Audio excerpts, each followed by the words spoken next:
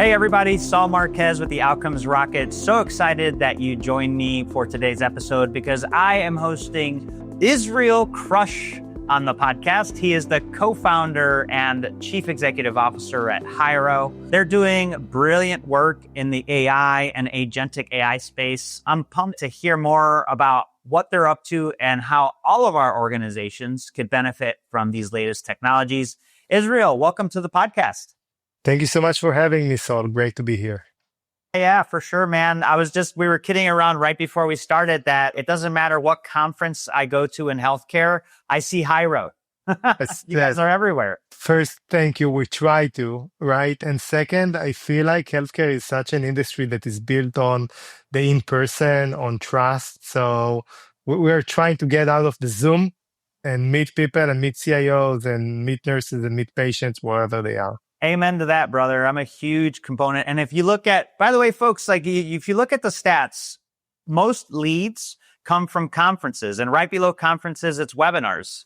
So if you're not going to conferences, you're missing the boat. It's a huge opportunity. And that's why I'm seeing Hyro have so much success. They're at all of them. All right. So Israel, talk to me a little bit about you and talk to me about Hyro. Sounds good. Israel, co-founder and CEO here at Hyro, based out of New Jersey. My background is in computer science and statistics. I like to say machine learning before it was called machine learning. So a software engineer by training, product manager, then was in a few leadership positions in what I call the human-computer interaction space. And that's interesting because my background isn't from healthcare. And I'd say that even most of my life, I wasn't a patient. I was a patient, just not in the US healthcare ecosystem, which is very different than everywhere else in the world. So as part of, I think, what's happening with Hyro and how we're thinking about it, it starts with, it doesn't have to be that way. It doesn't have to be that way. Patients in the US deserve a great experience, like maybe patients in some other places in the world, because the physicians are here, the technology is here, the infrastructure is here. Sometimes just the way that this ecosystem was built is a bit broken, right? So what Hyro does is really focusing on increasing patient access to care, and while also improving the operational efficiencies of health systems. And we're doing that by deploying what we call responsible AI agents. I'll talk about the responsible piece, but I think that intuitively you understand why it's there. And the AI agents, we mean voice AI agents that pick up the phone on the call center when a patient calls a health system to automate many of the administrative pieces of the patient journey. So scheduling appointments or just like managing an appointment. Prescription support, questions about a refill or what's the status of my prescription. Generally, frequently asked questions. Where's the parking? What are the opening hours? Obviously, like everything that's related to eligibility and billing. So we try to really focus on the administrative pieces versus any type of clinical decision making. And that creates for patients better service 24/7 on any channel. So we said voice AI, obviously we have chat AI agents that can go on the website or the mobile applications, also bi-directional SMS. So any channel of the patient's choosing on the one hand, on the other hand, again, this increased efficiencies for the health systems. That's great. Thank you for that, Israel. And yeah, it doesn't have to be that way. I like that as the root of any thesis for a healthcare company. It does not have to be that way. I love that. That's so good. And there's a lot of things when you think about healthcare, whether it's access, whether it's prior authorization, benefits, doesn't have to be that way. And so love that you guys started there. What would you say, obviously, responsible AI agents? How is what you do different than all the other companies out there talking about AI? Yeah, I think so. Like a common theme that I see with Hyro is that we do things before they are cool and sexy on the rage. And that's good because it means that we're actually like solving a real problem versus just like chasing a hype.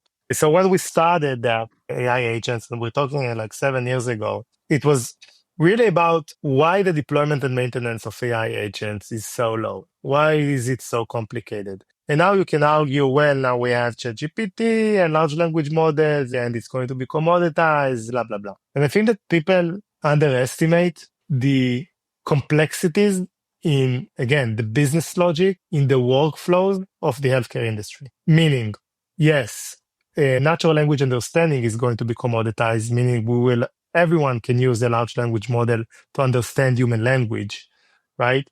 But it doesn't worth much if you don't understand the workflow, meaning how do we determine what is the visit type that you need as a patient? Are you a new patient or existing patient? Is it a sick visit or a wellness visit? And those are the easy questions. Obviously, when you think about complex procedures or high value procedures like MRI, like colonoscopies, mammograms, etc., all of a sudden, like following the workflow is very important. So what we've done, which is very different than, again, just thinking about, I'll put a ChatGPT on it. Sorry for like oversimplifying. Is that we actually took the time to map all of these workflows and their edge cases. And we've automated thousands of decision trees. Decision trees are the way that, again, we determine which physician is going to see you and whether you're eligible for a specific appointment and how we go through like the scheduling procedure. And that's not a publicly available information. I'll tell you even more than that. That's information that changes between different health systems. They all have their own decision trees. And it's not like there's like an API for that. And there's not like you can get this publicly available information. And also after you do this work, you try to automate those workflows and that patients interact differently with an AI agent than they would with a human agent. So also gathering a lot of data and information and best practices about how can we actually help patients fulfill their journeys based on how they talk, how they react. I'll give you a simple example. We saw that a bunch of patients are calling to reschedule their appointments. So we triggered the API in Epic, by the way, which is another big thing that we do. Like Epic is the most used EHR for many of the largest and most complex health system. It's not here's an API documentation, go ahead, use it, right? Like it's a bit more difficult. You need to work with the vendor services team, which we've done successfully for the past 6 years or so. And with the reschedule appointment example, we hit the relevant Epic API to get the future appointments, right? To understand which appointment you want to reschedule. Guess what? We saw that for about 30% of the patients, they didn't have any future appointments. So a naive implementation would say, I understood that you wanted to reschedule an appointment. I looked at your future appointments. You don't have any appointments.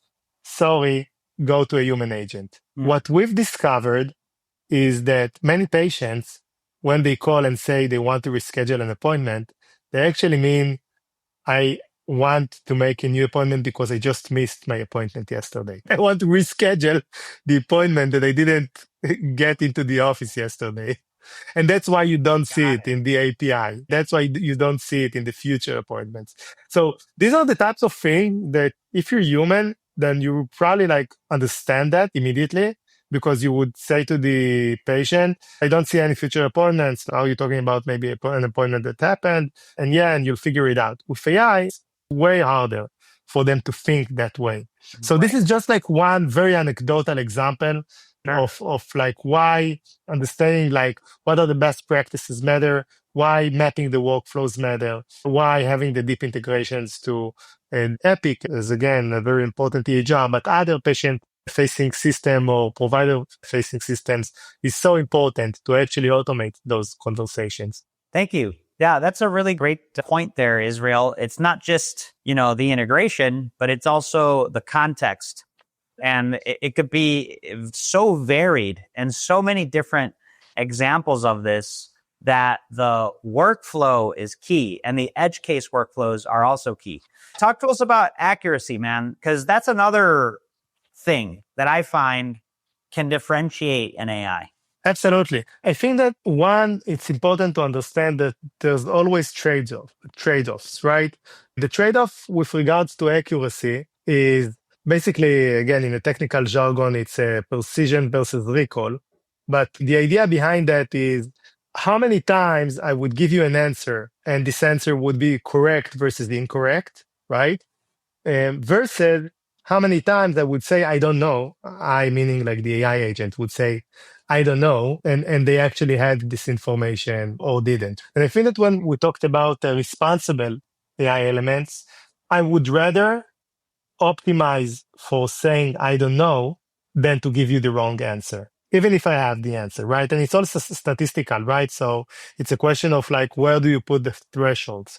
So a lot of the time, by the way, when we're being evaluated, we are compared to the ChatGPT-like products. Because LLMs still have a bunch of hallucinations, and which sometimes it's really hard to discover because the confidence level in which they reply is very high, right? Yeah, I find myself arguing with ChatGPT sometimes. For sure, for There's sure. no way in hell this is true. Right. And then they're like, oh yeah, I'm sorry, it's not. And then it will apologize and so on and so forth. So I think that like an AI agent on behalf of your health system, on behalf of your provider, doesn't have this, call it room of mistake. The cost of mistake is so high. So I'm sharing that with regards to the question about the accuracy piece. I'm saying I would rather say I don't know, even if I have the answer, than to give you a wrong answer. That's what really like guides many of the responsible elements with our AI agents. Another thing is to make sure that the AI agents are talking about a guarded knowledge, meaning if you'll ask ChatGPT, what's the weather today? Easy peasy, right? If you'll ask an AI agent of a health system, what's the weather today? It can give you the answer, but you really don't want it to give you the answer. You want it to be very much focused, very much guarded by like the information that the health systems provides. And that's very important when you actually ask them a question that is related to healthcare. Because another thing that you don't want is to get a triage or like a symptom check based on a forum in Reddit, right? Which many of those large language models were trained on. I love that, man. Yeah, the closed loop thing is critical. All right, building technology is not easy, and especially in this space. Tell us about a setback you've had and a key learning that came from it. Yeah, working in the healthcare industry has its challenges, right? Again, the cost of mistake is very big. There's lots of regulations. Also, the segment that we're working with, the providers, the health systems, are operating on low margins, right? So everything has to have like very clear ROI and return on investment, really like prove the value every day. And at the beginning, what we didn't do well, which set us back a bit, is actually educating our new customers, our new partners, about the fact that change is coming, and change a lot of the time leads to some resistance. Meaning that when we think about the patient experience or satisfaction score, of course, there are many patients that would say, I want to speak with a human agent. Why are you putting this AI agent in front of me? Why are you blocking my access to a human agent, basically? And I think that's very natural. Also, when we called Delta a decade ago, we're speaking with a human agent. Today, to speak with a human agent, you need to be a diamond member. And that's also after you convince the AI that you need to speak with a human agent. Same for Bank of America and other financial institutions. So I think that change is coming, but I believe that we all need to be very much educated and not overreact when the first patient complaints comes in, because it will come in. So I think that's something that we didn't do well enough, meaning to communicate, listen, you're going to get some complaints. That's fine. At the end of the day, we're not looking about like these 2 calls that were absolutely horrible. We're looking at like the hundreds of thousands, if not millions of calls that the AI is doing with the patients. It's a bit like Tesla, like every car accident by Tesla is getting like to the top of the news. In reality, people make accidents every day. It's really about statistically, actually, it's a way safer way, right? Without getting into Tesla, like in other areas, but like in weird equivalent. Yeah, no, for sure. Or like, have you ever been on one of those Waymos, the driverless cars? I wasn't, but I drive Tesla FSD, so I'm with the full self driving. So I'm like, I know the experience. It's crazy. Yeah. But like before Waymo, I forget the company's name, and like it was an accident, and they literally took them out of business. They've done a bunch of research, right? Yeah. So anyway, I'm tracking with what you're saying. Yeah. Beyond Tesla, what you're saying is it's almost, and this is a different topic too, right, Israel? Because like we expect AI to be more accurate than human. Yeah, you know what? I'll tell you. It's a different freaking standard, right? Like that always is interesting. What do you think about that? I think that you're absolutely right. One, it is a different standard. Two, I think that sometimes you don't really have anything to compare to. So I'll give you an example. One of the metrics that we track is routing accuracy, meaning when you call, you have an intent in mind, you want to do something, right? And we want to understand what percentage we get what you want to do right. Because it can be nuanced. It can be like sometimes like multiple intent, sometimes it would be like canceling an appointment versus rescheduling an appointment versus scheduling a new appointment and it's part of that registered as a patient and so on and so forth. So we track 90% plus accuracy. And when we try to understand what was before, meaning when you had the IVR system, for scheduling, press 1, for prescription support, press 2. Oh, yeah. What percentage of patients actually got to the right place? And no one has this data. No one has this data. Even when a human operator transfer you somewhere, like no one has the data of like how accurate this human was. So I think that to your point, it is a different standard. I'm adding to that. Sometimes you don't even have the data, or like you have pieces of the data, which by the way, is a huge value proposition, or at least like we see that it's a huge value, like the analytics, the insights, finally like uncovering what's behind this big black box, which is a call center, and looking at like why patients are calling and what's their conversion rates.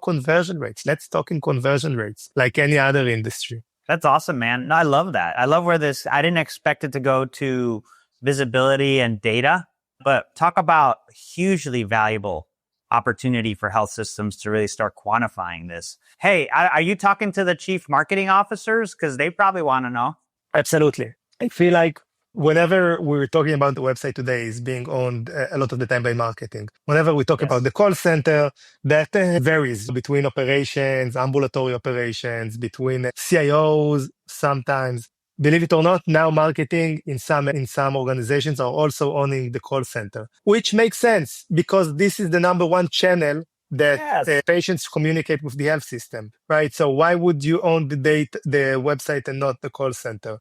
So we're definitely talking with chief marketing officers, but we're also talking with like operations leaders and obviously CIOs. Like today, like the CIO role is so crucial and important, really thinking about the entire infrastructure, especially with AI, how we communicate with patients, how we make their journey better, how we also save on cost, which again, we talked about it, no margin, no mission. Yeah, any chief marketing officer that wants to speak with us, where to find us. Yeah, I think we'll do a part 2. I was actually chatting with your chief marketing officer, Israel. Maybe, we have a separate podcast called Healthcare Marketing Executive. Okay, he's amazing. Maybe we should get him on to talk about this topic. Aaron is amazing, yeah.